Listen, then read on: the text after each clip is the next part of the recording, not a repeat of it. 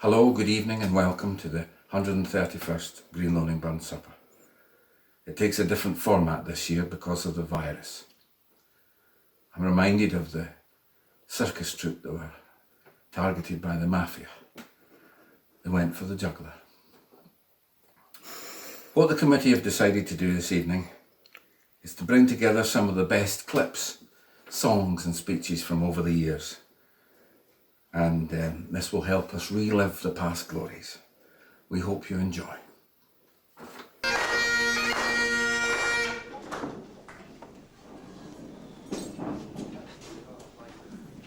Fair fire on his sonsy face, great chieftain o' the fundraise. I've been them all ye tak your place, in stripe or therm, and wheelie ye worthy o' a grace, as lang's my arm.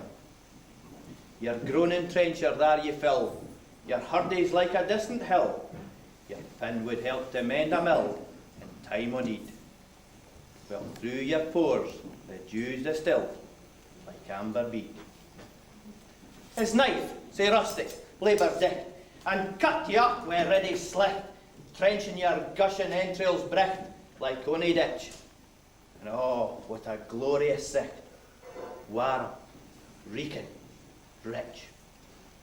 Then horn for horn they stretch and strive, deal tack the hindmost on they drive, till all their wheels, while kites belie, are bent like drums, and all good man mayst like to ride, be thank it hums. Is there that o'er his French ragout, or olio would stow a sou, or fricassee would mak her spew, with perfect scunner, looks down with sneer and scornful view on sic a dinner. Poor deal, you see him out his trash, as feckless as a withered rash, his spinel shank a good whiplash, his knave in it, through bloody flood or field to dash, oh how unfit. But Matt the rustic haggis fed, the trembling earth resound his tread, clapping his wallies never bled, he'll mak it whistle, and legs and arms and heads will sned, like taps o' thistle. Ye powers will make mankind your care, and dish them out their bill of fare. All Scotland wants nae shrinking wear, that jouts and luggies. If ye wish her a grateful prayer, gie her a haggis.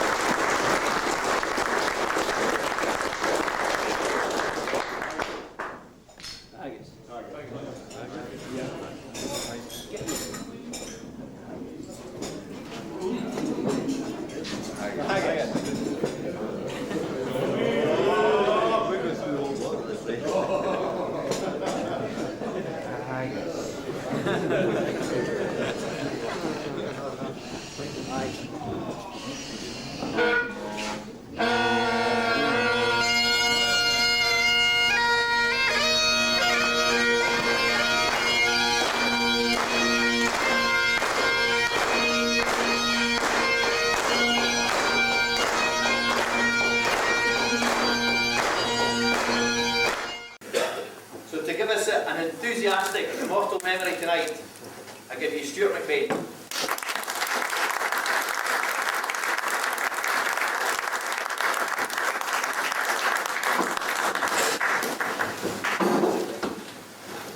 Mr. Chairman, gentlemen, the social, friendly, honest man where'er he be, 'tis he fulfills great nature's plan, and none but he. 40 years ago, on the 25th of January 1968, 209 years to the day after the birth of the bard Robert Burns, and less than 6 months after Barbara Castle, the then Transport Secretary, introduced the breathalyzer to Britain, Murdo was driving home from a burn supper some distance to the northwest of Fort William when he was pulled over by the police. As the two constables approached his car, Murdo wound down the driver's side window of his Morris Traveller. And one of the policemen said, "Off it yourself, Murdo. Have you been drinking?" Murdo said, "Yes, I have. I've come from an excellent burn supper. I had 5 or 6 large whiskies and 3 small beers." And the policeman said, "Well, would you step out of the car and blow into this bag?" And Margot said, "Why do you not believe me?"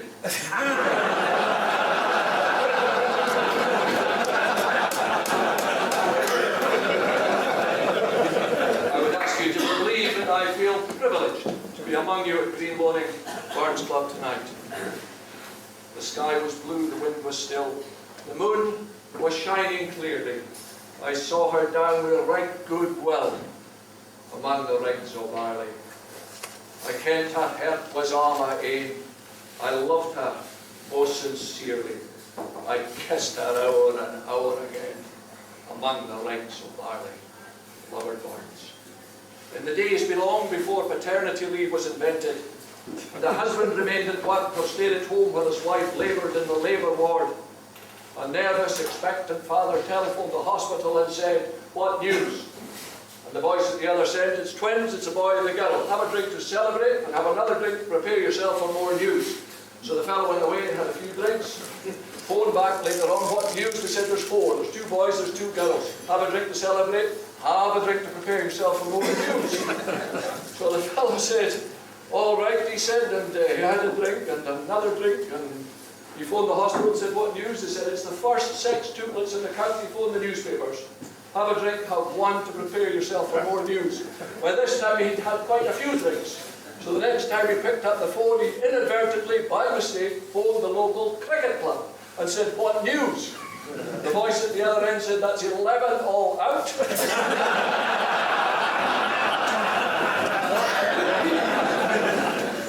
And the last 2 was ducks.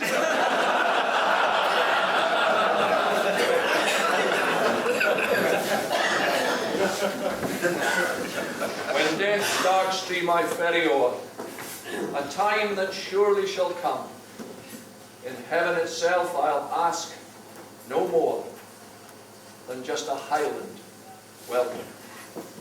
There was always a Highland welcome where I spent my childhood. My father was a gamekeeper, as you heard, of an Inverness-shire estate. Our nearest neighbours were nearly 2 miles away. You'll realise, of course, I'm from Inverness-shire.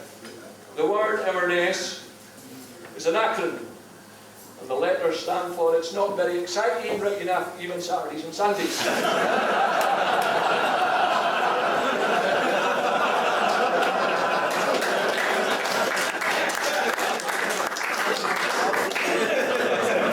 Apart from a grey Ferguson tractor and electricity, our home environs were much as Barnes would have experienced in 18th century Ayrshire. 2 huge changes occurred in our part of the Highlands about the same time in the 1960s. The coming of television and the advent of the winter holiday in the Cairngorms. An Irish friend of my father, Brendan, came over every year at the beginning of the salmon fishing season on the Spey in February. He arrived one year, my father said, "Ah, well, Brendan, you're not going out fishing in this, the whole country's frozen over." He says, "All right, Gregor," he said, "I've got along my pickaxe." So Brendan went off out into a blizzard, disappeared for ages, found a flat piece of ice and started chopping away with his ice axe. All of a sudden he heard a voice, "There are no fish under the ice." And he looked around and thought, "Oh well, I must be imagining things." "Chap, there are no fish under the ice." The hair went up on the back of Brendan's head, and still he looked round and saw nobody. So a third time he's "Chap, chap, chap, there are no fish under the ice." So Brendan stood up, looked around, and he said, "Hello, are you God?" And the voice said, "No, I'm the manager of the new Aviemore Ice Rink."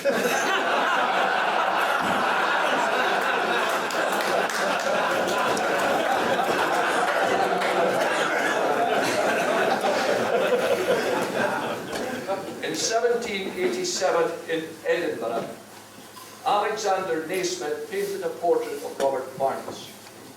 In 1788 at Drummond Castle, Alexander Naismith painted a picture of Lady Perth and her 2-year-old daughter Clementina Drummond, who later married into the family of Willoughby, and that was the end of the Drummonds at Drummond Castle. Just a few months ago, the current Lady Willoughby telephoned me in my office and said, "Stuart, Tomorrow morning at 9:30, could you meet me at Glenartney Lodge? I shall take the Range Rover. We shall drive around the estate all day. We shall look at properties and work that we might be doing over the next 5 to 10 years. Bring a picnic, I'll be driving. Oh, and while you're at it, bring Mr. Ennis, the stonemason. So I phoned Jimmy Ennis in June. He came up and met me at my office in Newthall. We stepped into my vehicle and we were driving up Glenartney. And some of you people here know Jimmy Ennis. He's got breasts as thick as my ankles, his shoulders are like this, and he's in his late 60s. And like a wee laddie, he turned to me and he said, when we get to the top of the Glen, in the Range Rover, you sit beside Lady Willoughby, because you're the Drummond Estates representative. I says, Jimmy, you're the stonemason, we're looking at stonework, you sit in the front, I'll sit in the back and take notes. So we're driving all the way up to the top of it. You sit in the front, you sit in the front, no, you sit in the front, you sit in the front. We arrived up at Glenartney. Lady Willoughby came out of Glenartney Lodge, stepped in the Range Rover, and the dog sat in the front.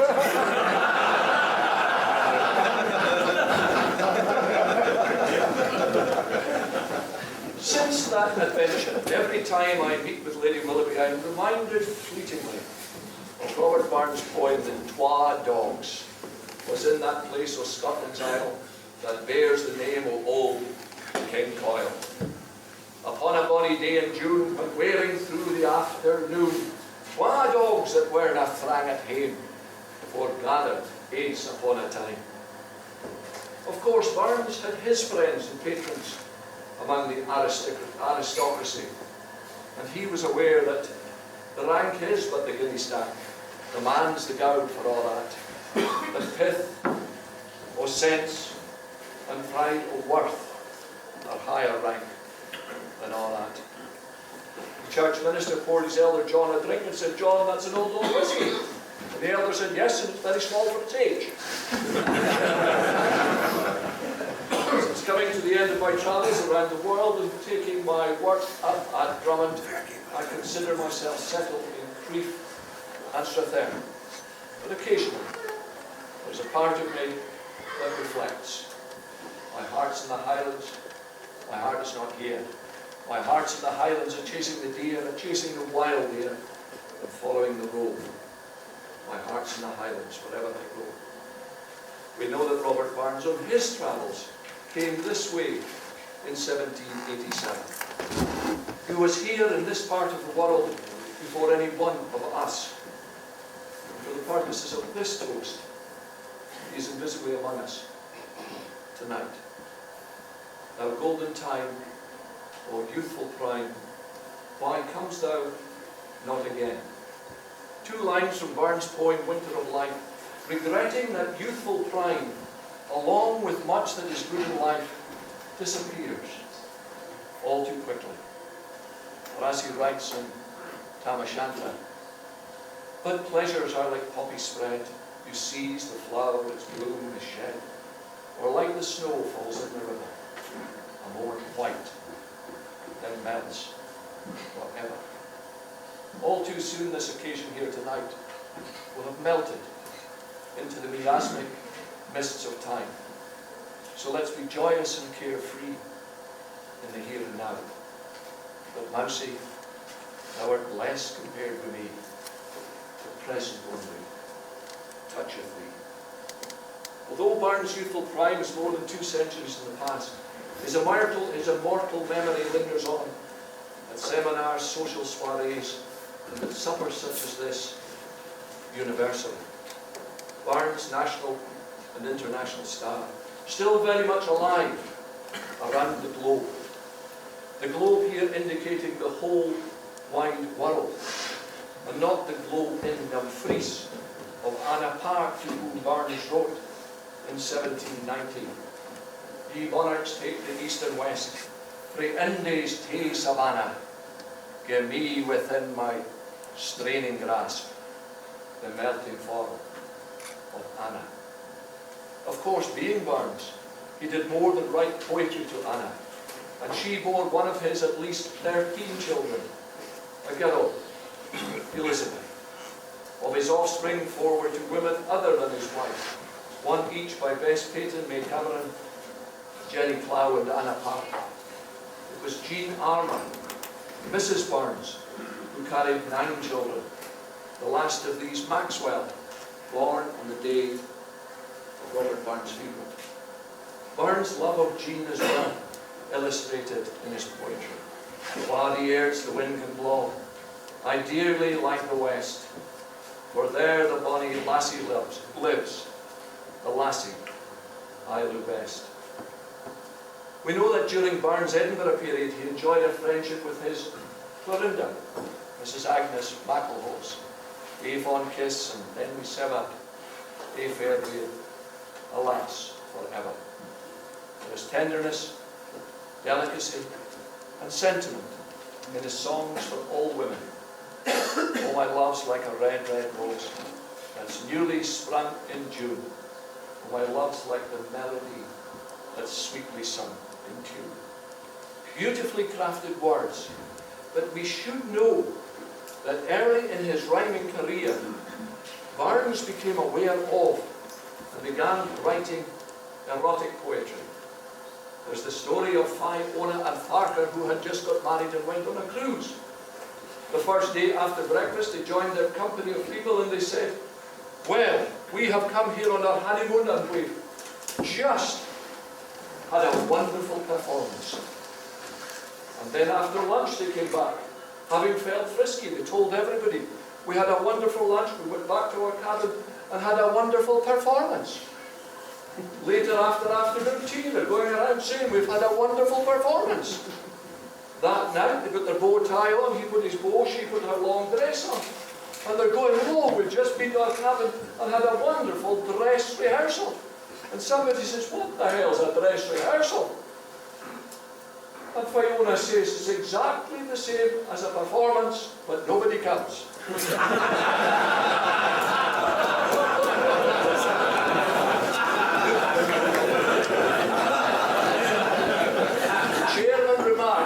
I should thank all of you for coming tonight. Burns was not shy of using industrial language in his work, notably in the Merry Muses of Caledonia. The sexual appetites of both men and the women with whom Burns consorted are plain to see in his verses. How can I keep my maidenhead, my maidenhead, my maidenhead? How can I keep my maidenhead among so many men? Oh, the captain bid a guinea for it. The colonel, he bid 10 o. I'll gie it to a bonny land, for just as good again o. 9-inch will please a lady, we have. The carlin flew her wanton tail so ready. I learnt a sang in Annadale. 9-inch will please a lady. But weary far the lair in doubt, and ne'er ken thriving. It's no the length that gars me lout, but it's the double driving. Robert Burns. Here's one of the gentler stories from my days at sea with the Royal Navy. An able seaman joined his ship in Portsmouth, bound for the Far East. They sailed across the Bay of Biscay, called in at Gibraltar for fuel, headed through the Mediterranean, called on a social visit to Malta, went to Port Said, through the Suez Canal, stopped at Aden, into the Red Sea, out into the Indian Ocean, a great big storm, and a sailor was blown overboard. He landed on a deserted desert island for years and years and years, built himself a wee house, a wee bit of a farm, and made himself as comfortable as he could all on his own, till one day, as you would expect, on a coconut brush mat, a bronzed young lady got washed up on the beach. And she said, hello, how long have you been here? He said, I've been here for years and years. She said, that's a nice little hut you have here. What do you do for food? Oh, he says, I've managed a couple of goats there. He said, I have a vegetable patch here. I have many, many fruits. And of course, I have the coconuts on the trees. What about drink? He says, there's a stream, there's the fruit juice and the coconut milk. What about entertainment? Oh, he says, I find a great deal of peace and serenity. I spend hours and hours on the beach just flicking pebbles into the sea. She said, well, I'm sure we could come up with something better this evening. So they had a bite to eat, a drink, and made mad, passionate love under a palm tree as the sun was setting in the west. And when it was over, she said, and how was that for you? He said, well, I suppose it was all right. She said, what do you mean you suppose it was all right? He says, well, look what you've done to my pebble flicker.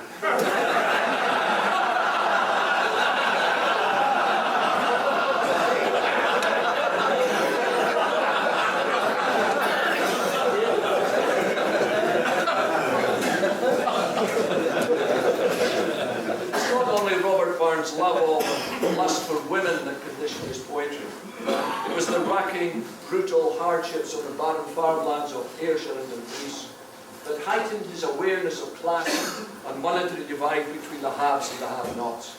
Barnes had a dream, and who are we to say he sang in vain that sense and worth of all the earth may bear degree and all that. For all that and all that is coming yet, for all that man to man the world over shall brothers be, for all that. Farmer, poet, playboy, freemason, fiddle player, excise man. Barnes was all of these, but he was also a man of passion, surcharged with emotion, awareness, sensibility. His experience of life was fundamental and therefore universal. It is this supreme quality that makes Barnes the first world poet. Oh, what some power the gift he gives to see ourselves as others see us, in what frae mony a blunders free us and foolish notion. In every stage of the journey of life, from the cradle to the grave, Barnes is triumphantly articulate. The simple bard, rough but the rustic plough, learning his tuneful trade from every barrow. Barnes celebrated everywhere, and there are words for every one. The righteous, the rigidly righteous, the holy willies, the cotters, the man made to mourn, and the ever-drinking tam o'shanter. Daddy's elbow suitor Johnny, his ancient trusty, truthy crony. Tam looed him like a very brother. They had been through for weeks together. There was a Tam in the 1950s took his 2 cows to the market. He made more money than he ever expected, so he went for a dram or two and thought he would buy himself a pair of new brown boots. He went to the cobbler and he bought boots with great big toes on them, leather laces and tongues that came up over the laces, and they had a great shine on them. He went round every inn in the town, celebrating the new boots and showing them off to everybody. Late at night he decided he would walk the 3 miles back to his farm. As he approached the farmhouse, he noticed the lights were out and thought, thank goodness for that, my wife's in bed. So he crept into the house, divested himself of most of his clothes, looked at the boots and loved them so much he thought he would wear them into bed. So off with all of his clothes except the boots and a pair of socks, he tiptoed up the stairs. The best way you can tiptoe with tacky boots. He got to the landing at the top, quietly opened the door, stepped inside, and as he stepped into the room, his wife opened one eye and switched on the light at the bedside. She looked at the apparition in front of her and she said, "What's that thingy doing hanging down there?" He said, "It's looking down at my new brown boots." She said, "Well, the next time you go to the market, maybe you should buy yourself a new bonnet."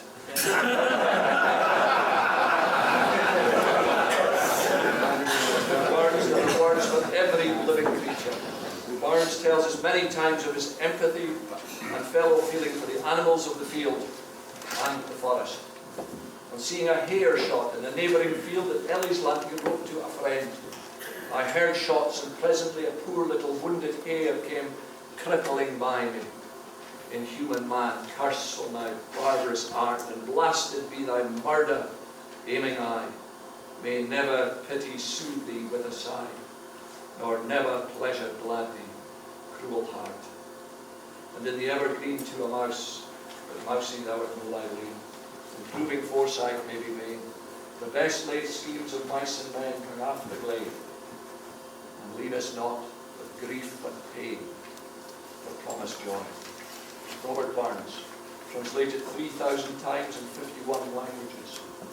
Last October, Elsie, my wife, and I spent 3 days in Ayr, and we walked where Robert Barnes had walked. Alloway and McOliphant, Lochlee and Tarbolton, Mosgiel and Maugham. We saw Gavin Hamilton's house, where Barnes married Jean Armour. We lunched in Cruzy Nancy's The Jolly Beggar's House, and we stood and looked down on Holy Willie's grave, Willie Fisher, who died drunk in a ditch. It was intriguing because it was life, because it was all so very ordinary. In the afternoon of our 3rd day, I returned to the museum at Alloway. The only other people there were 2 young ladies wearing white cotton gloves, like they were snooker referees. and one of them had in her hands a faded piece of paper, and on it some script. And when I asked, she said it was an original copy in Burns' handwriting of Auld Lang Syne. At their invitation, I put on some gloves and held in my hands that old scrap of paper. Should old acquaintance be forgot and never brought to mind. In that place, at that time, for me and forever, that was the end of ordinary. We twa who paddled in the barn, from morning sun till dine, but seas between us braid here old, sin Auld Lang Syne. And the other girl said, you will want to have a look at this. And she placed in my hands a first edition, Kilmarnock edition, of Robert Burns' poetry.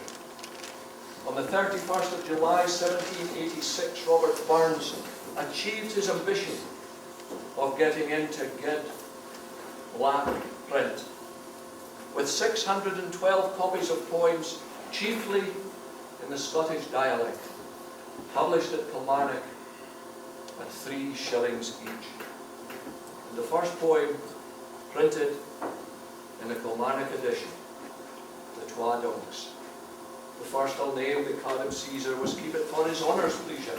His hair, his size, his mouth, his lugs showed he was named of Scotland's dogs. The tiller was a ploughman's collie, a rhyming, ranting, raving billy. Nothing of Burns' poetry is exclusive to 18th century Ayrshire. It is all universal and timeless. But oh, I backward cast my ee on prospects drear, and forward though I cannot see, I guess and feel. There is a story told about a professor of literature who chose as his theme for an immortal memory at the Burns Supper in Dumfries the use of the iambic pentameter in Burns' religious verses. Afterwards, 2 local characters were heard in conversation. Well, Tam, what did you think of the professor's immortal memory? Man, he says, it was awfully superficial. There was nothing superficial about Edwin Muir in 1949, when he wrote in his essay concerning the following of Burns, this many-faceted genius. When Burnsians are assembled in the night, they feel Burns invisibly among them as one of themselves. A great man who by some felicitous miracle has been transformed into an ordinary man, and is greater because of it. When up they got and shook their lugs, rejoiced they were na men but dogs, and each took off his several way, resolved to meet some other day. Burns died on the 21st of July 1796 in his home in Dumfries at the age of 37, leaving us 600 poems and songs, all of which have the power to touch the heart and linger long after the touching. As fair art thou, my bonny lass, so deep in love am I, and I will love thee still, my dear, till all the seas can dry. Robert Burns may have passed from the sight of men, but he has not passed from the minds of men. His memory remains very much alive here tonight. Gentlemen, please be upstanding.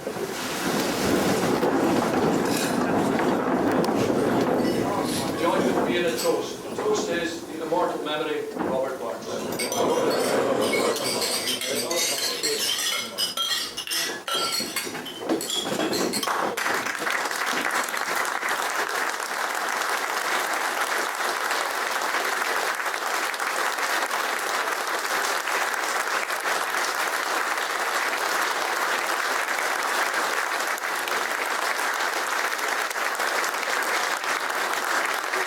This was a great favourite of Harry's. So please, sing it out for Harry. Scots Way. Evening, cronies. They're awfully quiet, aren't they? Evening. Okay, Scots were here, used to be called Tootie Tatty, actually, Hey Tootie Tatty, that was the original title. And it was given by William Wallace when he was trying to rouse the troops at Culloden. And Scots took William Wallace's words and made it his own. Scots were here.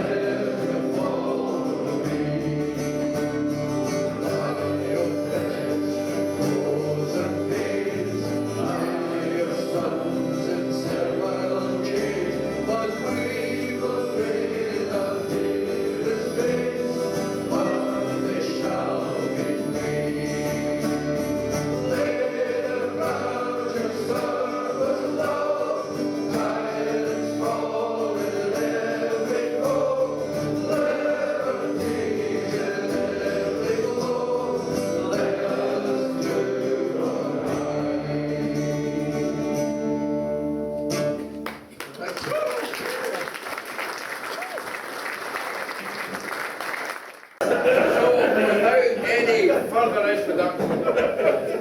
Can I ask for the reply for the lassies? Harry McClellan.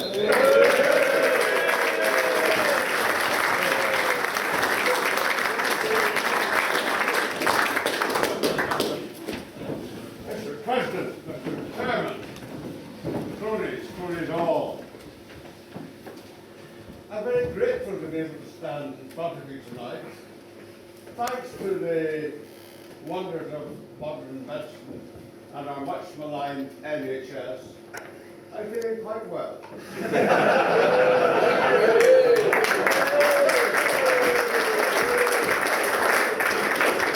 And everything is in a reasonable working order. Of course. And I mean everything. I'm home here tonight. And I've heard such a lot of horror. Mixed in among the good bits. I mean, the last thing we heard was actually superb. And my heart goes out to the medical profession, of which I've got two daughters members of. But they pulled me through a difficult year. As I Am Jolly would say, it's been a hell of a year. But I've come out of it 2 years, and the waterworks is working reasonably well. And I'm feeling quite good, actually. Now, I've got to tell you a wee story. Our president, he went through the committee, but there was one person he didn't mention. Who was that? The president. Now, it put me in mind of a story. When I was at university, there was an old professor of elementary science, Professor Lamont. I'd like to say to this day, this chap Jennings came in 5 minutes late. And he looks up and says, Jennings, he says, and you could put forms in for that. He says, you're like a non-descendant testicle, he says. You're late of coming, and when you do come, you're no fucking use to anything.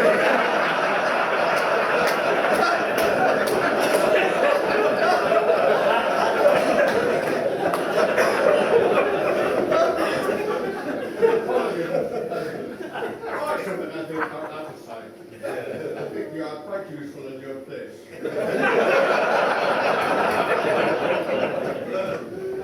To follow Peter Hill is always difficult. I mean, I was quite prepared for Ramsay Nesbitt and his string best, maybe, or I knew that Denzel and Jethro would appear somewhere along the line. But poetic excellence, I have not. Excellence, some might say, doggerel, others might say. That was very enjoyable, and I think we all enjoyed it.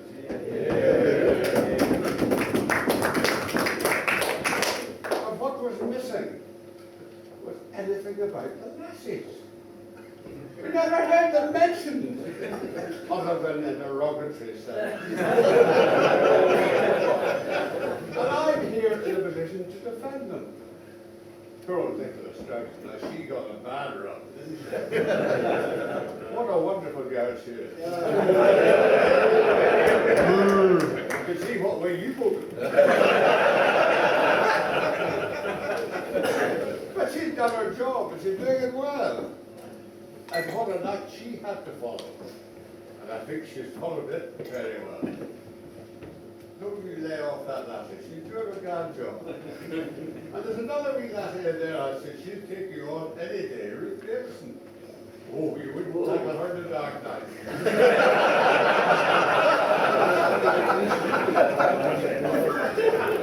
And as for her predecessor, Miss Golding, oh, she would have you for breakfast, dinner, and tea. Anyway,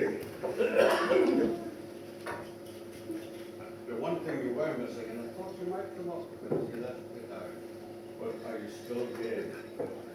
And I don't think you are.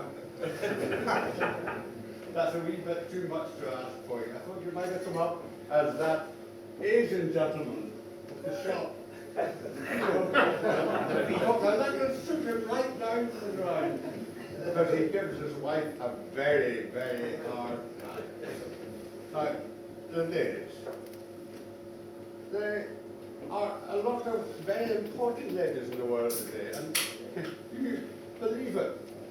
Angela Merkel, she's in Moscow tonight, trying to argue with Mr. Putin that we should all live in peace and quiet. Now, there's no chance of that happening.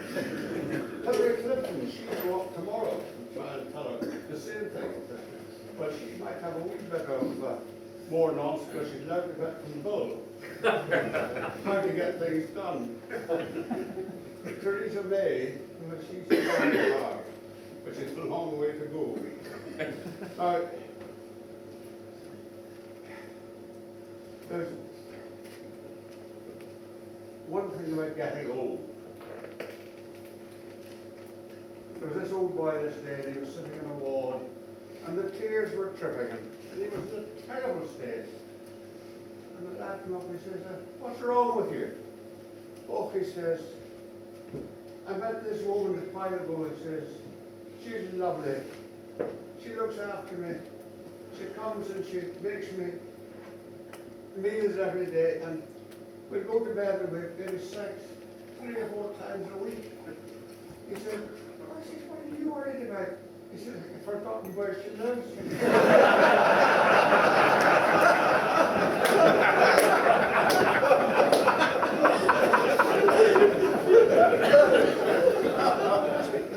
But the women can start things young. They get the message very early on. This is a true story from Australia. An aeroplane going across Australia from Sydney to Perth, Qantas Airlines, a young girl, 8-year-old, sitting there doodling as children do with a piece of paper. But she wrote this letter to the pilot. Dear pilot, this is my first flight. I love to see the clouds going by below me. I'm not in the slightest frightened. I'm quite happy. It's lovely up here. But my mummy says that the cabin crew are very attractive, and I think we've got a lovely plane. She says it's all going very well, but don't fuck up the landing.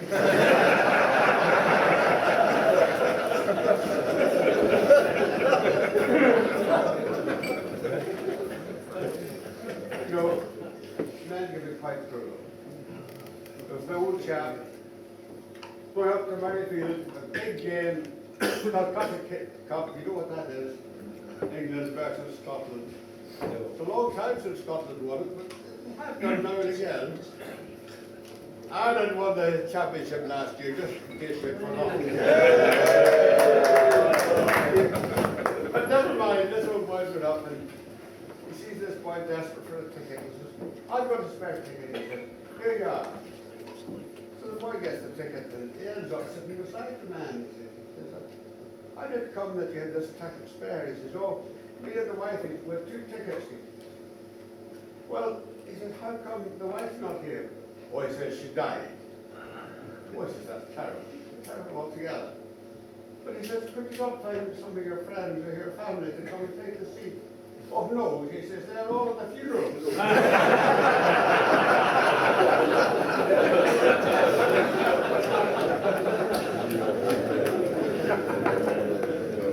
And then there's the other thing, this is a typical Scots one. The boy and his wife are walking past this restaurant, going to these ones where the vents come up, you know, and she says, oh, smell that. My mouth's watering, what a lovely smell. And they walked on, and oh, she says, I can't get over that smell. Oh, and he felt like giving her a treat. So he walked her back past the restaurant again.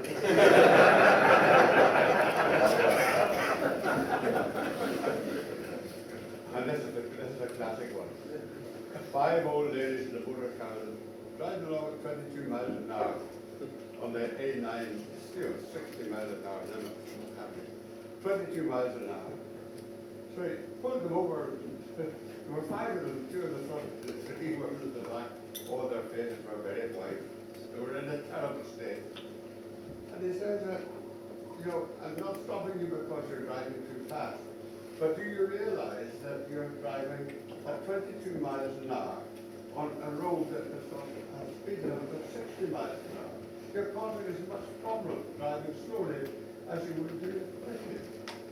But she says, it says up there, 22. He says, no, missus, that's the number of the road, the N22. Oh, she says, that's amazing. And then he looked at the back and said, ladies, you're really very fraught. What's the problem? No, we said, well, we're just about the A186.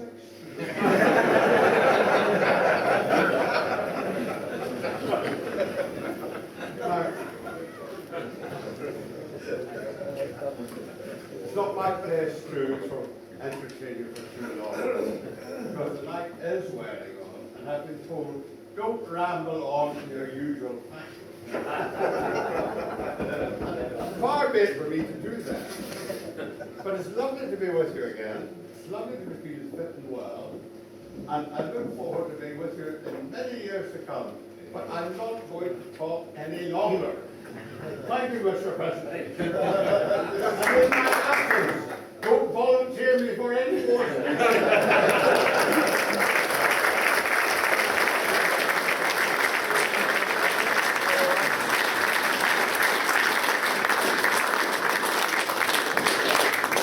Thank you, Harry. The Twa Ducks. 'Twas in that place of Scotland's Isle that bears the name of Old King Coil, upon a bonny day in June, when wearing through the afternoon, twa dogs that were nae thrang at hame forgather once upon a time. The first I'll name, they call him Caesar, was kept it for his honest pleasure. His hair, his size, his mouth, his lugs, shewed he was nane of Scotland's dogs, but whelpit from some place fae far abroad, where sailors gang to fish for cod. His locket leather broad brass collar shewed him the gentleman and a scholar. But though he was o' high degree, the fent of pride ne prided he. But would he spend an hour caressing, even wi' a tinker's gypsy's messing? At Kirker Market Miller Smiddy, ne thwarted type though e'er said daddy. But he would stand as glad to see him, and Stoughton Staines and Hilletsweir. The tither was a ploughman's collie, Come in, boy. a raving, ranting, raving billy. Behold! Laugh on his friend, probably had him. Any spreeks had looked at Bob. And there's some long sign, great black sign, long road well like. He was a gash and faithful type, as ever laugh or shuck or dipe. His honest, sonsy, borsy face had gaping friends in ilka place. His breast was white, his tousy black, well clad with coat of glossy black. His gousey tail with upward curl hung o'er his hurdies with a swell. He doubt, for they were fain on other, in Uncle Pack and Thickrigar, with social clothes, while stuff and snouting, whilst mice and mowdy worst they howgen, while scouting.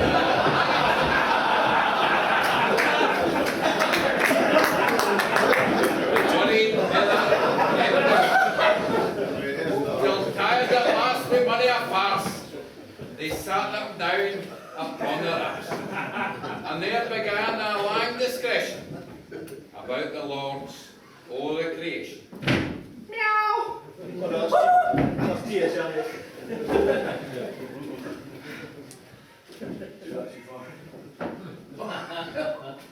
I've often wondered, honest Lewis, what sort of life do dunks like you have? And when the gentry's life I saw, what way poor bodies lived at all? Poor Laird gets in his rapid rents as cold as cane and all his stents. He rises when he likes himself, his flunkies answer at the bell. He caws his coach, he caws his horse, he draws a bonny silken purse as long as my tail, where through the steeks the yellow lettered Jordan keeps. Frae morning to e'en it's naught but toiling, baking, roasting, frying and boiling, and though the gentry first are stecking, yet e'en the hot folk fill their feckin', with sauces, ragout, and sit like trasty, it's little short to do like lasting. Poor whippering, wee blasted oner, they're a worthless elf, it eats a dinner, better than any tonic hand his honour has in all the land. And what poor cockfolk put their pension, I own, it's past my comprehension. Caesar, what's the face enough? I got a hooking in a shock, with dirty stains big in a dike. I'm a quarry sick like. I'm sail away for this for stains, smit through all wee diddy wains. And then with his horn that to keep, they're right and tight and thick and right. And when you meet with severe disaster, like loss of health, or want a master, you messmen think a wee too longer, and even starve or call it hunger. But how it comes, I never can yet. I mostly wonder if they're contented. But only children and clever hissies are bred and sick away as this is. But then to see how you're neglected, how huffed and cuffed and disrespected. Lord man or gentry cares as little. For delvers, ditchers and sick cattle, they gang as saucy by fair folk as I would by a stinking brook. I've noticed on our Laird's Go day, and many a time my heart's been weighed, their tenant bodies, scant of cash, how they maun fool and fat their snash. He'll stamp and threaten, curse and swear, he'll apprehend them, point their gear while they maun stand with aspect humble, and hear it all, and fear and tremble. I've seen how folk lived at hae riches, but surely hair folk maun be riches. Nice arranged as they would think. The constantly booked as bright. I say accustomed with the sick. With you, he's a little prick. And chance of fortune us a guide it, very less than mere related. and though fatigued with close employment, I want to rest this week down it. The dearest comforts with them. Their gushy wains and faithful wives, rattling things are just a pride that sweetens all their fireside. And whilst we're plenty worth than happy, you make the boys unca happy. They'll lay aside their private cares. They mind the Kirkin state affairs. They'll talk of patronage and priests. They'll get them in fury in their police. And tell what new taxation's coming. And fairly at the folk in London. And bleak-faced Hallow Marsh returns. To get the jovial rank curls. But rural life for every station. United in common recreation. Love lines with slaps and social mirth. Forgets their care of who they are. Merry day the year begins. They'll bar the door with frosty winds. The Ludden pipe and Schnischnau. And the wind with it well. They can't the old folk brag and cruise. The youngins rank and bend the hoose. My heart has been so big to see them. I for joy back in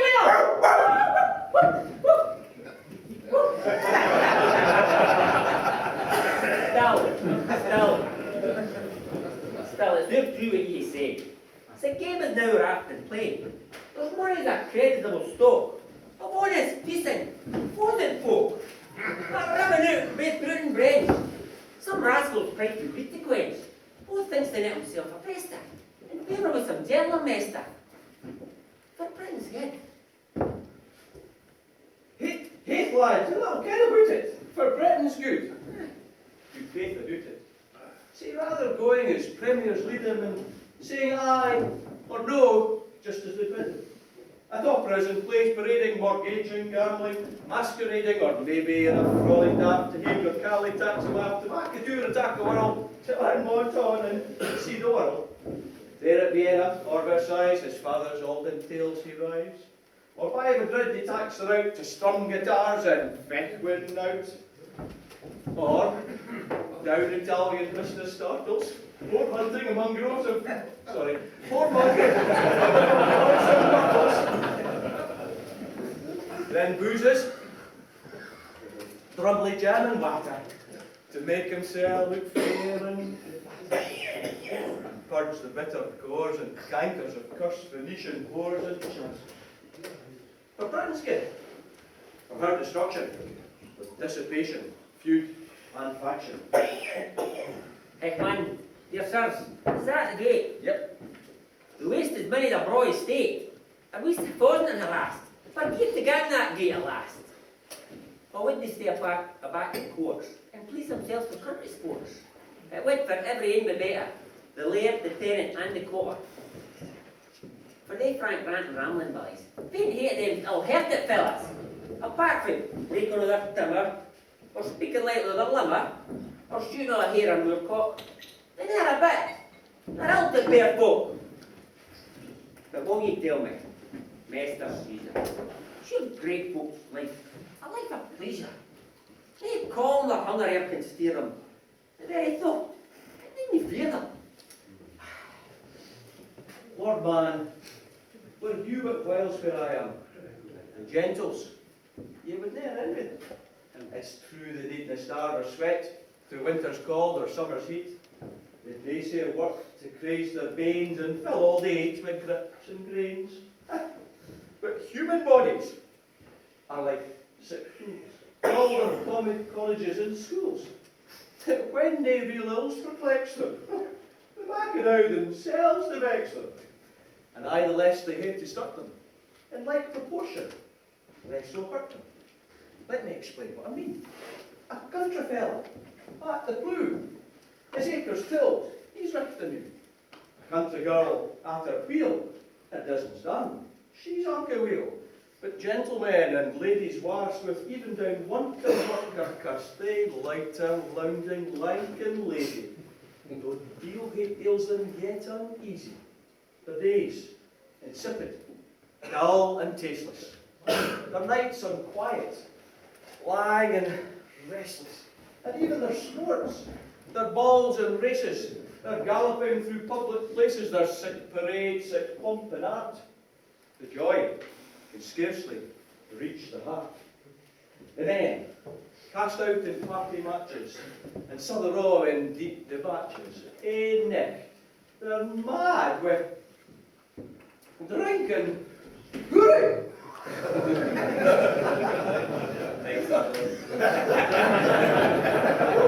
Quite fancy him.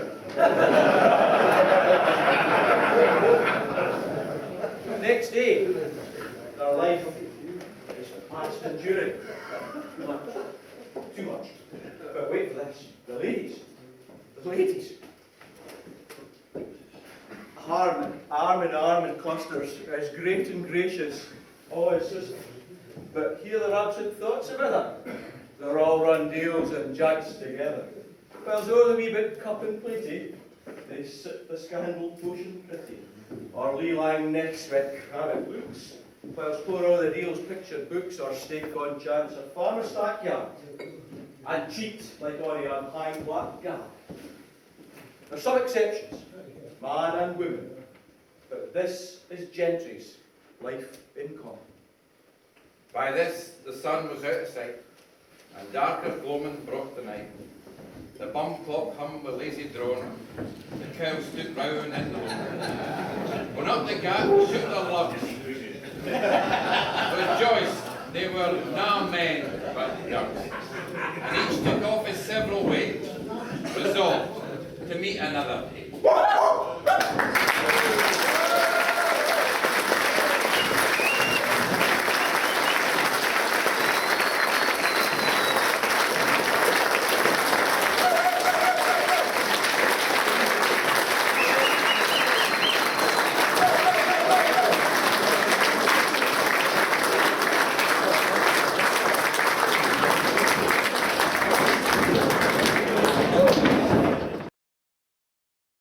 There we come to the reply to the lassies. Now, Aaron comes from a great Braco dynasty, nothing to do with John Collins, but of the Dawsons. His grandfather was the president of this club for many, many years, and his father, much well-renowned, was a significant contributor to the club. And so it's great to have a youngster standing up here. We had Gary earlier, and these youngsters are the future of the club. So, and they carry on this tradition and they carry on thumbs. So please give a great welcome for Aaron Dawson.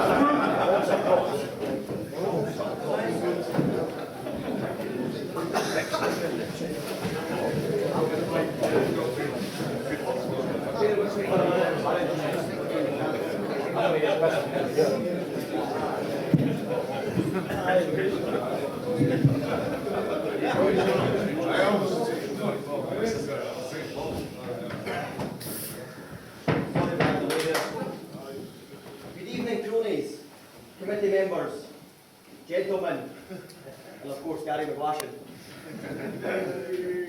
I am your token female for this evening, and as Forbes said, here to reply on behalf of the lassies. I'm a pretty laid back, easy going kind of girl. I'll be whoever you want me to be tonight. I'll be your wife, your mistress, your lover. I'll be Theresa May or Beyonce. And I can pretty much guess which one you'd rather know us. Over here, Theresa. But in true female fashion, just to get before we get started, I'd like to set a few ground rules. Just because I'm a young, vulnerable, wee lassie standing up here in front of you all tonight, that does not give any of you men the right, all full of whiskey, to take advantage of me. No form of abuse or harassment will be tolerated.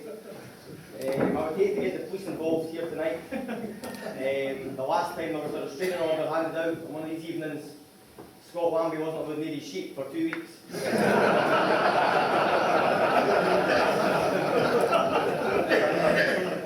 going into lambing season, so it isn't very handy. So as long as everyone keeps their hands to themselves, we'll get along just fine. And whilst we're on the topic of harassment and sex, I'm actually doing a bit of digging and gathering some information on all the men tonight. And I have here tonight documents and some items containing the details of the sex lives of every man in this room tonight.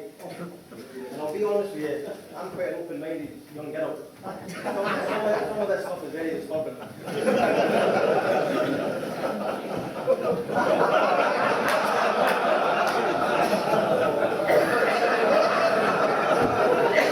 That's somebody's good rolling pin. I don't know, I'm not going to put names to any of these things, but I have been into all your houses. And Neil, if you could hold this, please. This is genuine when I put my foot on this kind of stuff. Roy, if you could hold this.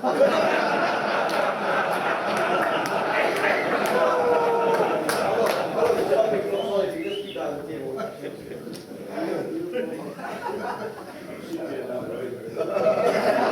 Just leave these at the table, that's okay, thank you very much. When I received the programme for this evening, a few months ago, a certain name jumped off the page at me. That name was Roy Smith, who gave us an excellent immortal memory earlier tonight. Many of you in the room may not know that I worked for Roy for 10 years. Parting company. You were employed for 10 years. Sorry. This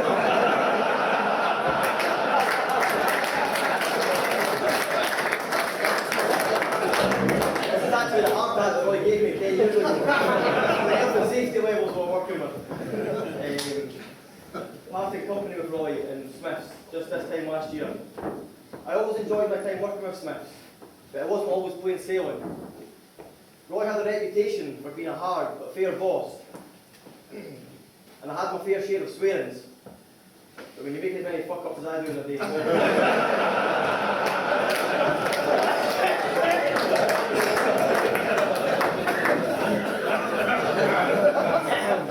thought giving this that one okay. To be honest with you, having grown up at the Beanie, alongside my dad, Grandpa Jim, and of course, Uncle Scott, anybody surely was prepared for a life in swearings, it was myself. Sometimes there were whole sentences and arguments constructed only with swear words. Quite impressive, even if it does leave me in tears half the time. I would love to stand up here and tell you more stories of my time at Smiths, but I don't think it would be appropriate, as a lot of them involve another gentleman here tonight. That's Ross Kirk. Ross, could you make yourself known to the room, please? Ross, thank you. You're at the back table there. Someone I would class as a friend, a terrific joiner on his day, but unfortunately just a bit of a pervert.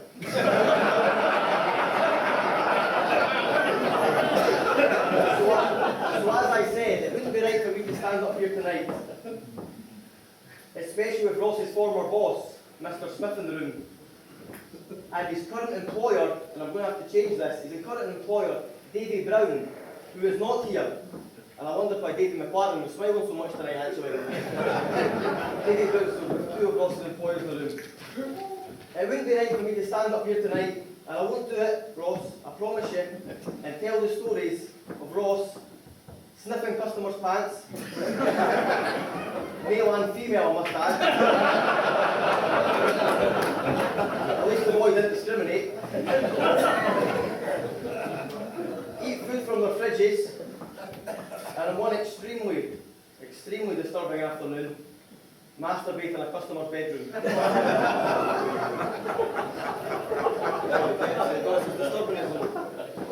So don't you worry, Ross, your secrets are safe with me.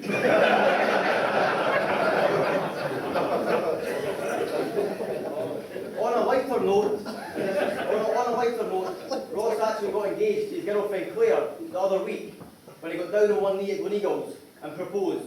So I'd like to say a massive congratulations to Ross. And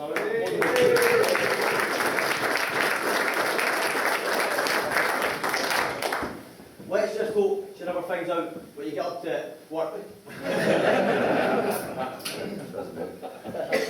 It's a real honour for me to stand up here tonight, alongside all these incredible speakers and artists, and to think of all the names who have performed at this Burn Supper over the years. None more so than our chairman, Mr. Gould. And how lucky we are to have him, this multi-talented, intelligent, humorous man at the helm. And there's no point to this joke, I'm just paying your compliment.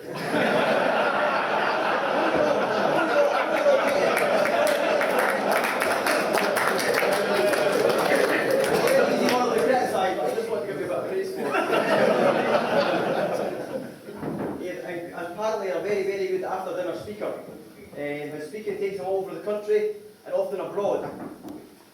And it was on a flight back from New York just a few months ago that disaster almost struck for our chairman. Halfway across the Atlantic, the plane starts to experience some severe difficulties. The pilot comes over the tannoy and says, "Please everyone, remain in your seats and remain calm," which we all know translates as, "Panic like fuck." The plane is going down. Just as this is said, the plane goes into a sudden nosedive. All power has been lost.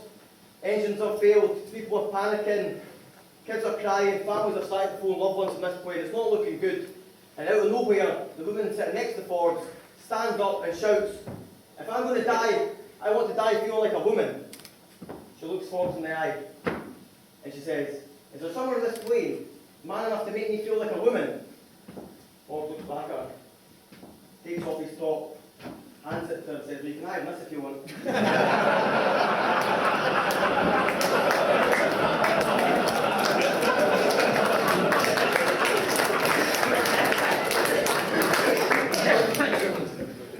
I suppose what the job I'm actually meant to do tonight is I'm meant to be replying on. So I would like to thank Scott Christie, or as I've written this down before, he wrote my whole heavy speech, so I have to be careful where this goes. I would like to thank Scott Christie for his beautifully written toast to the lassies. His kind words and subtle humour were a great comfort. I think that still stands from after hearing your speech, Scott. I hear Scott has a more X-rated version of that speech, which he performs at other Burn Suppers. But as there's so many of his wife, Alison's family here this evening, I believe that's been toned down slightly. I'd like to see the other copy you've got, Scott. I've taken the piss out of some men in the room tonight and poked fun at a lot of the males, obviously being the female in the room. So it's only right that I have a little fun back at myself in the female race. Actually, one of the jokes Scott you actually had, so I scored that off. What do you say to a woman with 2 black eyes? Nothing. She's already been told twice.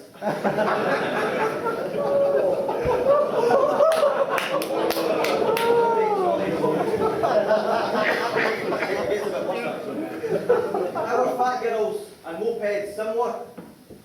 They're both fun to ride. Hope your friends find out.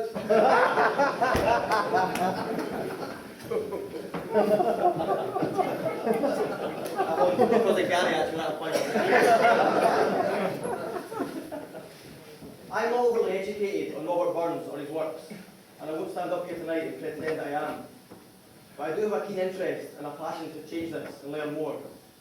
I look forward to learning more with every year that passes. So when looking for a Robert Burns quote tonight or a line from one of his poems, I didn't sift through hours of books or do lots of research.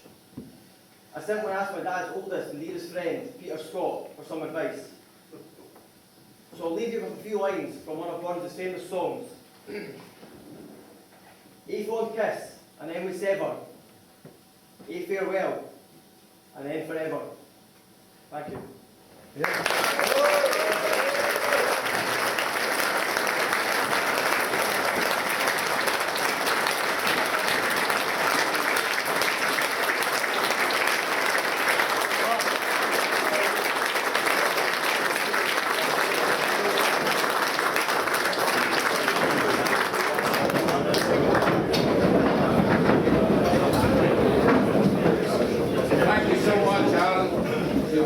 Thank you so much, Alan, and it's great to hear from a youngster and how it's amazing how different the youngsters are and how much more politically correct they are.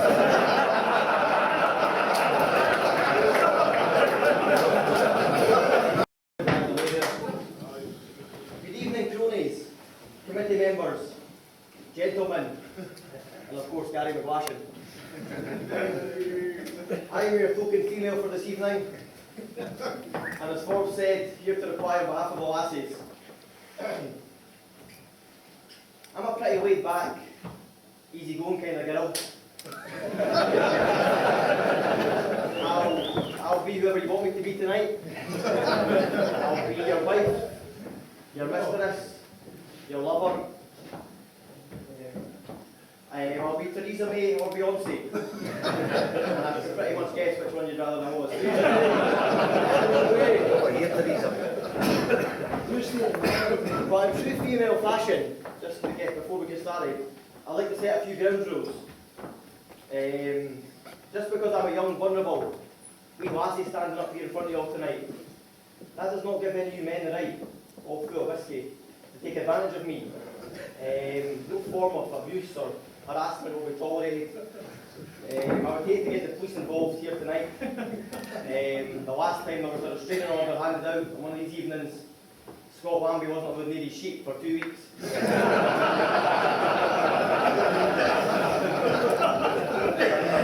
I was just coming into lambing season, so it wasn't very handy. So as long as everyone keeps their hands to themselves, we'll get along just fine. And whilst we're on the topic of harassment and sex, I'm actually doing a bit of digging and gathering some information on all the men tonight. And I have here tonight documents and some items containing the details of the sex lives of every man in this room tonight. And I'll be honest with you, I'm quite an open-minded young girl. Some of this stuff is very disturbing.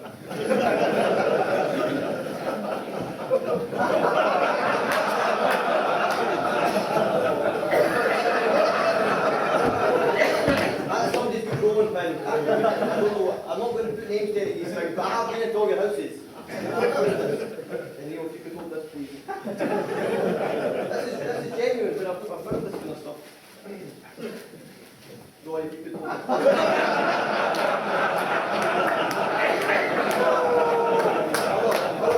Sorry, if you just keep that on the table.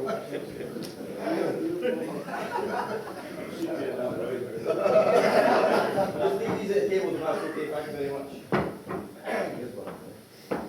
When I received the programme for this evening, a few months ago, a certain name jumped off the page at me. That name was Roy Smith, who gave us an excellent immortal memory earlier tonight. Many of you in the room may not know that I worked for Roy for 10 years. Parting company. You were employed for 10 years. Sorry. This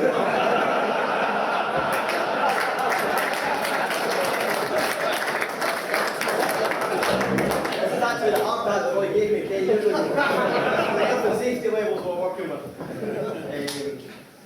Parting company with Roy and Smiths just this time last year. I always enjoyed my time working with Smiths, but it wasn't always plain sailing. Roy had a reputation for being a hard but fair boss. And I had my fair share of swearings. But when you make as many fuck-ups as I do in a day...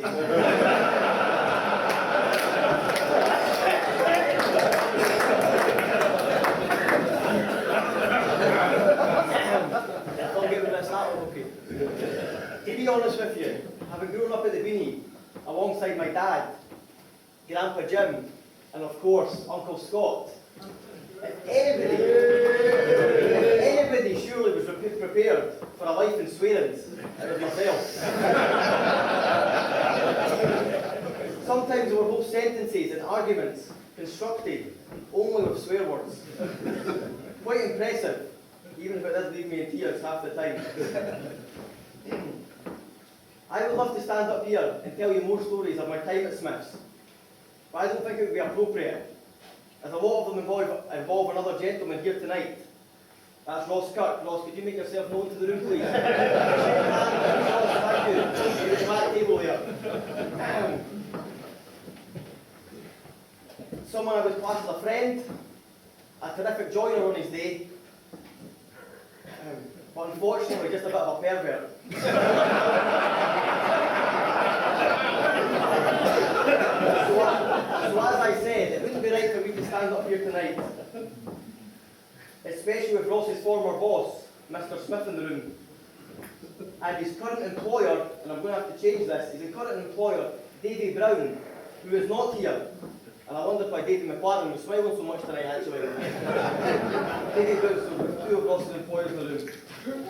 It wouldn't be right for me to stand up here tonight, and I won't do it, Ross, I promise you, and tell the stories of Ross sniffing customers' pants, male and female, I must add. At least the boy didn't discriminate. Eat food from their fridges, and on one extremely disturbing afternoon, masturbate in a customer's bedroom.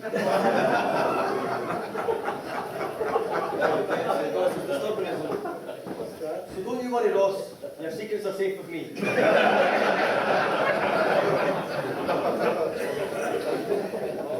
On a lighter note, Ross actually got engaged to his girlfriend Claire the other week when he got down on one knee at Gleneagles and proposed. So I'd like to say a massive congratulations to Ross. And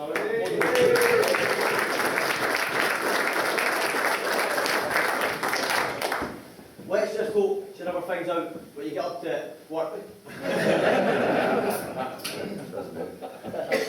It's a real honour for me to stand up here tonight alongside all of these incredible speakers and artists, and to think of all the names who have performed at this Burn Supper over the years. None more so than our chairman, Mr. Gold. And how lucky we are to have him, this multi-talented, intelligent, humorous man at the helm. And there's no fun to this joke, I'm just playing your compliment.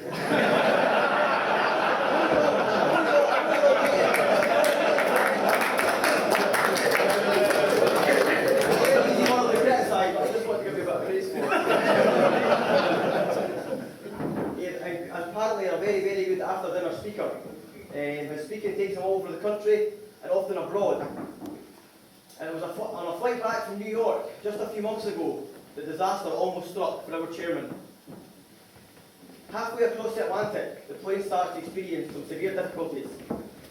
The pilot comes over the tannoy and says, "Please everyone, remain in your seats and remain calm," which we all know translates as, "Panic like fuck." The plane's going down.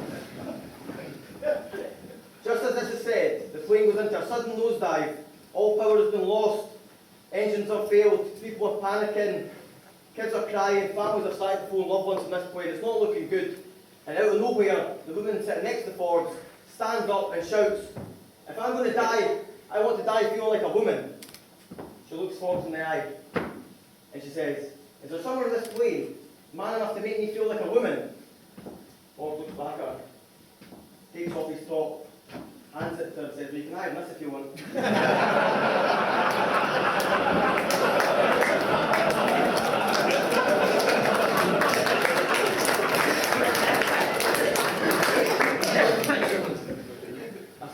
What the job I'm actually meant to do tonight is I'm meant to be replying on the soap. I would like to thank Scott Christie, or as I've written this down before, he wrote before I heard the speech, so I have to be careful how this goes. I would like to thank Scott Christie for his beautifully written toast to the lassies. His kind words and subtle humour were a great comfort. I think that still stands masterly in your speech, Scott. I hear Scott has a more X-rated version of that speech, which he performs at other Burn Suppers. But as there's so many of his wife Alison's family here this evening, I believe that's been toned down slightly. I'd like to see the other copy you've got, Scott. I've taken the piss out of some men in the room tonight and poked fun at a lot of the males, obviously being the female in the room. So it's only right that I have a little fun back at myself in the female race. Actually, one of the jokes, Scott, you actually had, so I've scored that off the sheet. What do you say to a woman with two black eyes? Nothing. She's already been told twice. I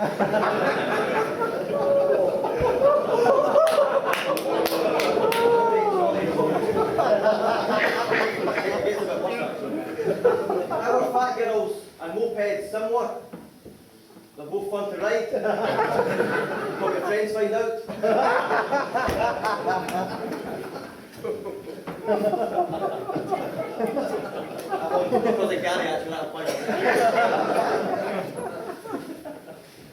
I'm not overly educated on Robert Burns or his works, and I won't stand up here tonight and pretend I am. I do have a keen interest and a passion to change this and learn more. I look forward to learning more with every year that passes. So when looking for a Robert Burns quote tonight or a line from one of his poems, I didn't sift through hours of books or do lots of research. I simply asked my dad's oldest and dearest friend, Peter Scott, for some advice. So I'll leave you with a few lines from one of Burns' famous songs. A fond kiss, and then we sever. A farewell, and then forever. Thank you.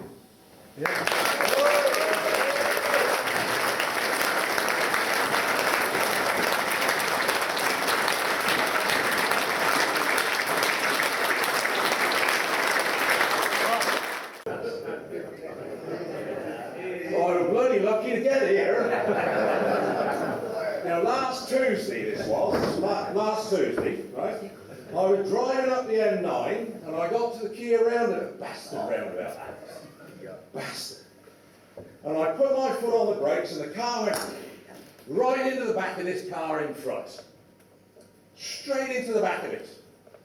And the door opens, I gets out, and out of this car in front gets this gorgeous, absolutely gorgeous, leggy blonde, who turns round and says to me, after looking at the car, "Ram me up the arse, why don't you?" Now that, I believe, is where the confusion started.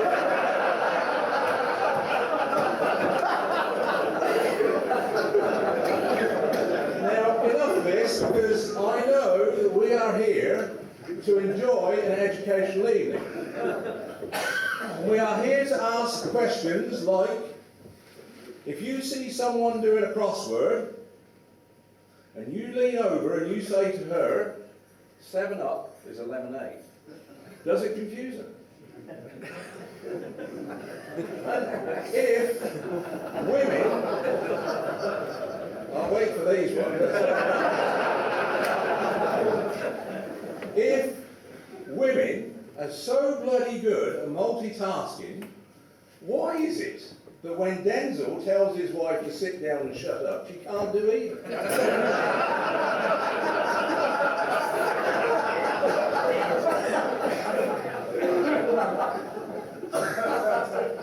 And what happened to that bloody idiot from Exeter?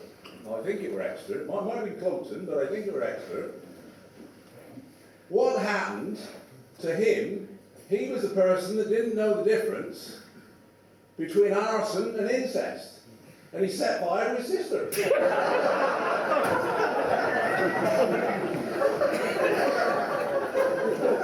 Mind you, they're all bloody daft in Exeter. Last autumn this was, I did a stint, last autumn, I did a stint as a security guard in Asda in Exeter. And there was this woman that come in with her daughter, and they got separated. The little girl got lost.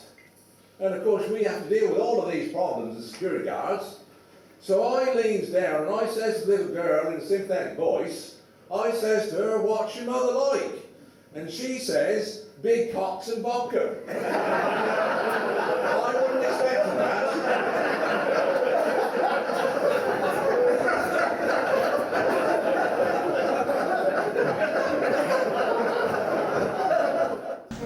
Women usually fall into 3 categories: the intelligent, the beautiful, and the vast majority.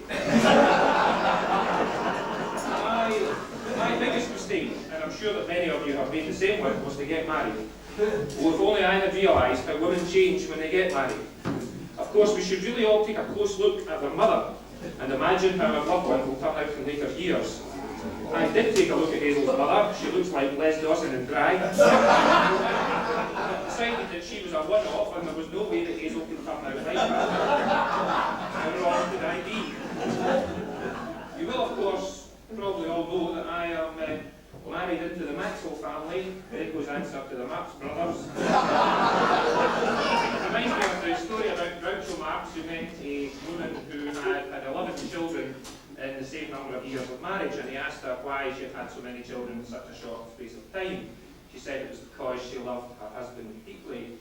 He said, I love my cigar, but I take it out of my mouth occasionally.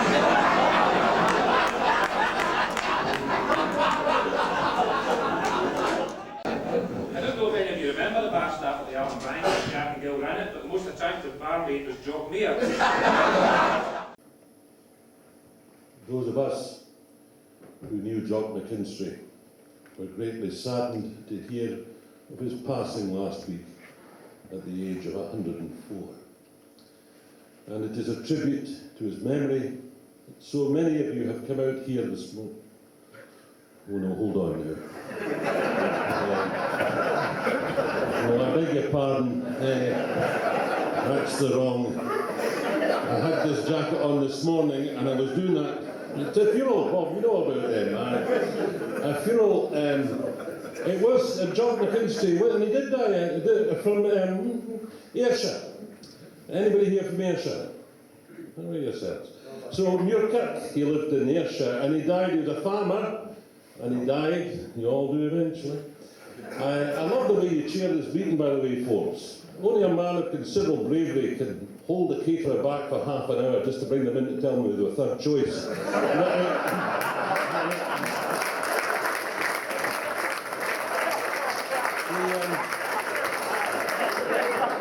Well done. He was 104 when he died, Jock McKinstry. He was, and I used to go and visit him, and I said, Jock, I said, how did he manage to live to be 103? This was last year. He said, well, he said, I will tell you how I lived to be 103 years old. He says, what do you see on the mantelpiece? I said, it looks to me like shotgun cartridges. He says, exactly what it is. Shotgun cartridges. Now, every morning I come down the stair and I make myself a bowl of porridge. And I get one of these shotgun cartridges and I prise it open. Now I throw away the buckshot, you didn't need that. But I get a wee sachet of gunpowder and I sprinkle it on my porridge. And that is how you live to be 100. Gunpowder in your porridge. You can't argue with the man. He died aged 104, and when he died he left 8 children, 37 grandchildren, 42 great-grandchildren, and an 18-foot hole in the wall of the crematorium. So, and the whole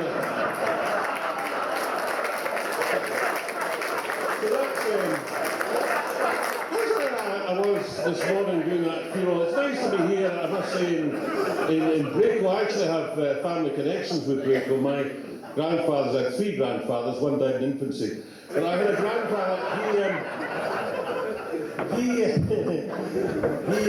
he was a bit of a well-known fellow from the war because he was in the Black Watch, not surprisingly, and he had the distinction of being the first Black Watch soldier out of the boat on D-Day. He got out in Dover, and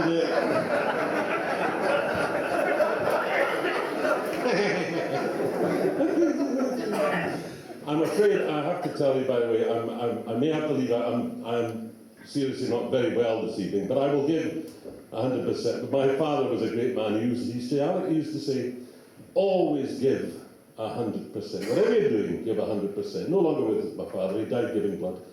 But he's a great man for these kind of sayings, you know. His was, you know, when one door closes, another one opens, which, by the way, is also why his joinery business failed. Speaking of doors, I'm going to use this as a platform to slag the wife or tell cringy mother-in-law jokes.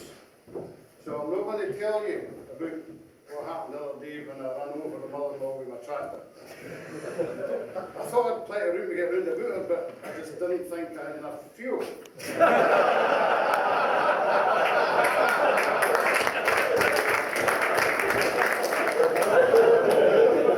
I'm not going to tell you that one. I'm certainly not going to tell you how, when she does croak, we're going to put her in a hole 18 feet deep.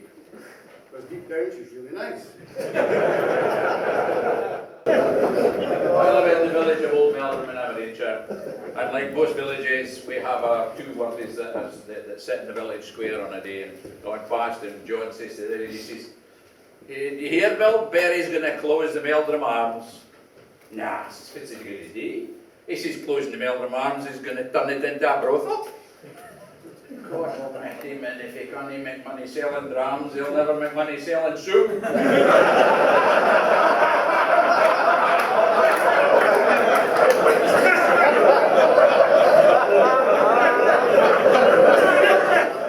But we have ample witness of how society has changed, equality has changed, attitudes to life has changed. We go to the scene in the Social Security Office in Glasgow, and I too come from the west of Scotland, but I can't claim a governed provenance. I'm a wee bit further south than that. This young single mum is being quizzed by the Child Support Agency about who is the father of her child. And she's getting pretty fed up with this constant pressure. "Look," she says, "when you eat a tin of beans, you don't really ken which one makes you fart."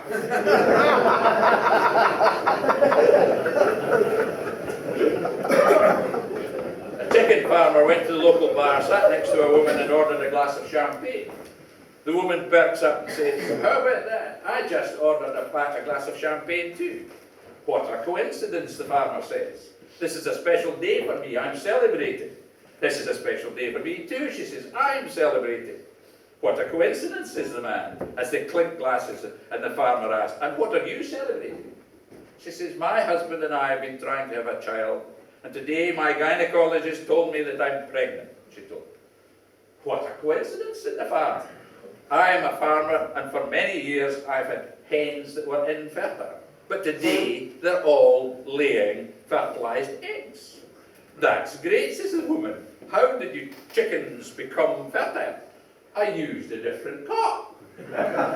The woman smiled and said, "What a coincidence."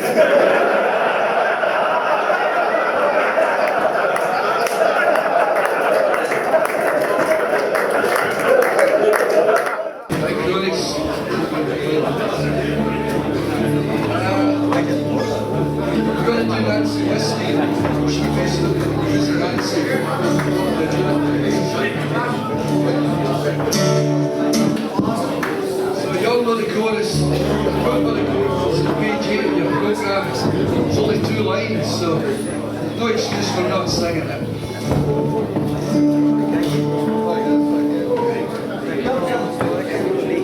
There we go.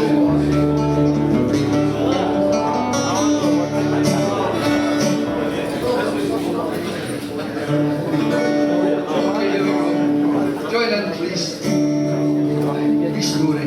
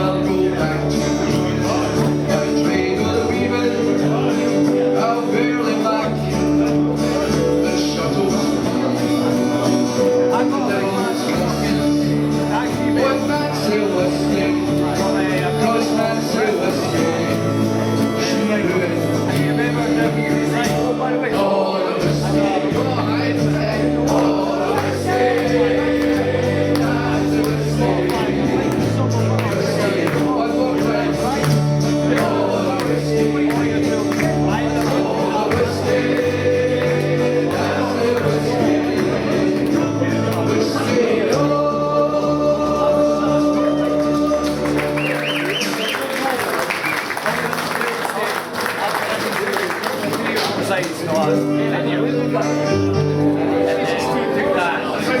Well then, 4 years. What we got in the last 4 years.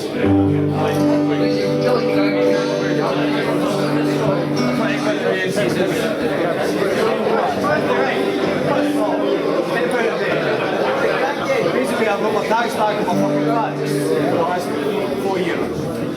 Request for Kelly Craig. £2.5 grand.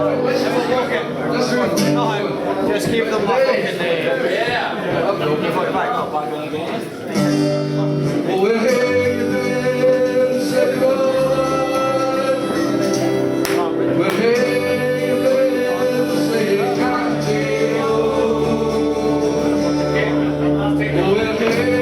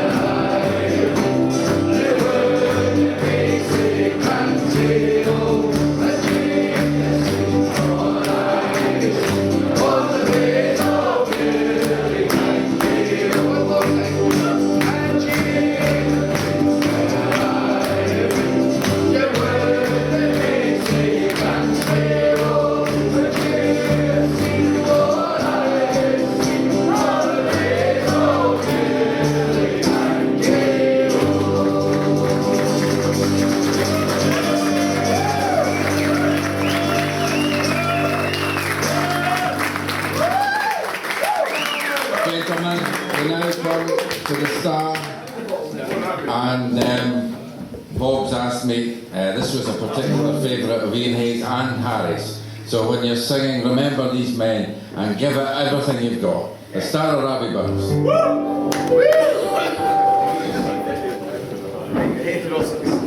What's that? When you think of the page, going up. Sorry, I found it.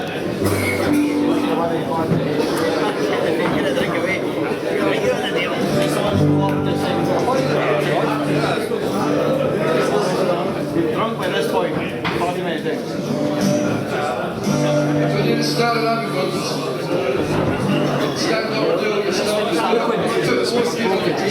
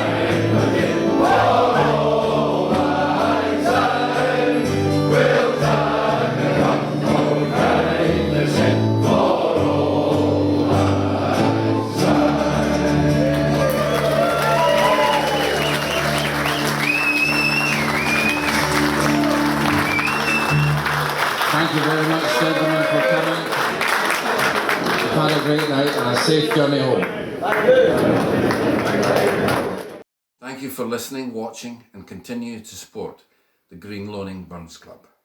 And it's interesting to note that only world wars and pandemic have stopped the flow of Green Loaning Burns Club suppers since 1889. I also have another announcement to make. I've been the president and chairman of the club for 10 years. And as is customary, it's time for me to retire. I will remain on the committee as a committee member. It's been a pleasure, an honour and a joy to do this. And I wish my successor all the best. And we hope that next year, 2022, we can welcome you all to the hall to have the Green Loaning Burns Supper in its usual format. And once more we can say, from scenes like these, Old Scotia's grandeur springs. Good night and thank you.